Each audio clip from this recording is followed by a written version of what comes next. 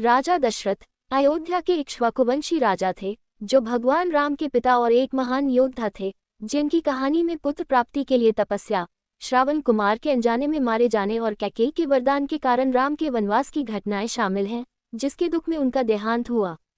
जन्म और प्रारंभिक जीवन। राजा दशरथ का जन्म अयोध्या के राजा अज और रानी इंदुमती के यहाँ हुआ था और उन्हें भगवान विष्णु का अवतार माना जाता है। उन्हें दशरथ नाम इसलिए मिला क्योंकि उनका रथ 10 दिशाओं में आसानी से चल सकता था और वे सभी दिशाओं में युद्ध कर सकते थे।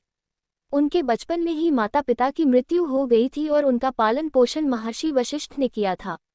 विवाह और संतान। दशरथ की 3 मुख्य रानियां थीं, कौशल्या, सुमित्रा और कैकेयी। उनकी पुत्री शांता थी, जो कौशल्या से थी, लेकिन दशरथ को पुत्र प्राप्ति की इच्छा थी।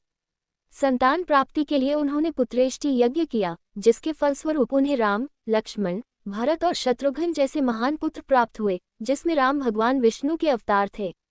श्राप और मृत्यु। एक बार वन में शिकार करते समय दशरथ ने ध्वनि सुनकर श्रावण कुमार को अनजाने में बाण से मार दिया, जो अपने अंधे माता पिता के लिए पानी लेने गए थे।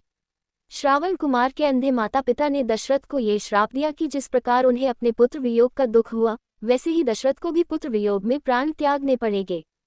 ये श्राप तब सत्य हुआ जब कैकेयी के वरदान के कारण भगवान राम को वनवास जाना पड़ा और पुत्र वियोग के इस असहनीय दुख से राजा दशरथ का देहांत हो गया। उनकी कहानी का महत्व। राजा दशरथ की कहानी कर्तव्य, धर्म, पुत्र प्रेम और वियोग के गहरे भावों को दर्शाती है।